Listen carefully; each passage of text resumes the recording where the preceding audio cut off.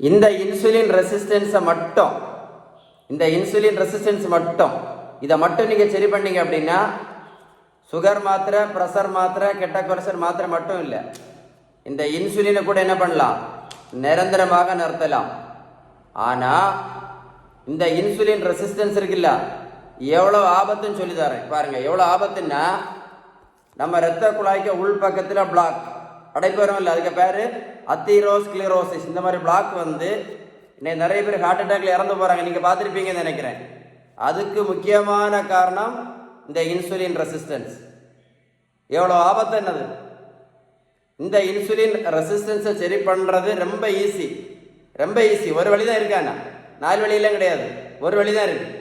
அதுக்கு பேர் தான் பேலன்ஸ்டு டயட். நீங்கள் பேலன்ஸ் டயட் கரெக்டாக ஃபாலோ பண்ணீங்க அப்படின்னா இந்த மாத்திரையும் தூக்கி ஒதுக்கி வச்சிடலாம், இந்த இன்சுலினும் ஒதுக்கி வச்சிடலாம், நிம்மதியாக இருக்கலாம். ஒரு தடவை தானே வாழ போகிறோம் இல்லையா? உயிரோடு இருக்கும்போது நிம்மதியாக இருக்கலாம். நீங்கள் வந்து பேலன்ஸ் டயட்டை கரெக்டாக ஃபாலோ பண்ணலை அப்படின்னா முதல்ல 2 மாத்திரை, அது குட்டி போட்டுதுன்னா 4 மாத்திரை, 4 மாத்திரை குட்டி போட்டுதுன்னா 16 மாத்திரை. இன்னைக்கு நிறைய பேர் 16 மாத்திரையும் சாப்பிட்டுட்டு இன்சுலின் போட்டுட்டு இருக்காங்க, நிறைய பேர் இருக்காங்க, பார்த்துருப்பீங்கன்னு நினைக்கிறேன். இந்த பெரியவங்களை பாருங்க, 42 கிலோ வெயிட் குறைச்சிருக்கேன், 128லேருந்து 86 கிலோ.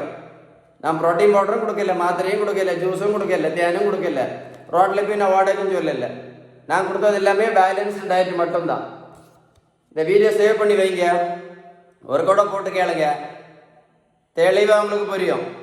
நான் சொன்ன இன்ஃபர்மேஷன் கரெக்டாக இருந்தால் உங்கள் ஃப்ரெண்ட்ஸுக்கு ஷேர் பண்ணி கொடுத்தீங்கன்னா இந்த இன்சுலின் ரெசிஸ்டன்ஸை பற்றி அவங்க தெரிஞ்சுக்கிடுவாங்க.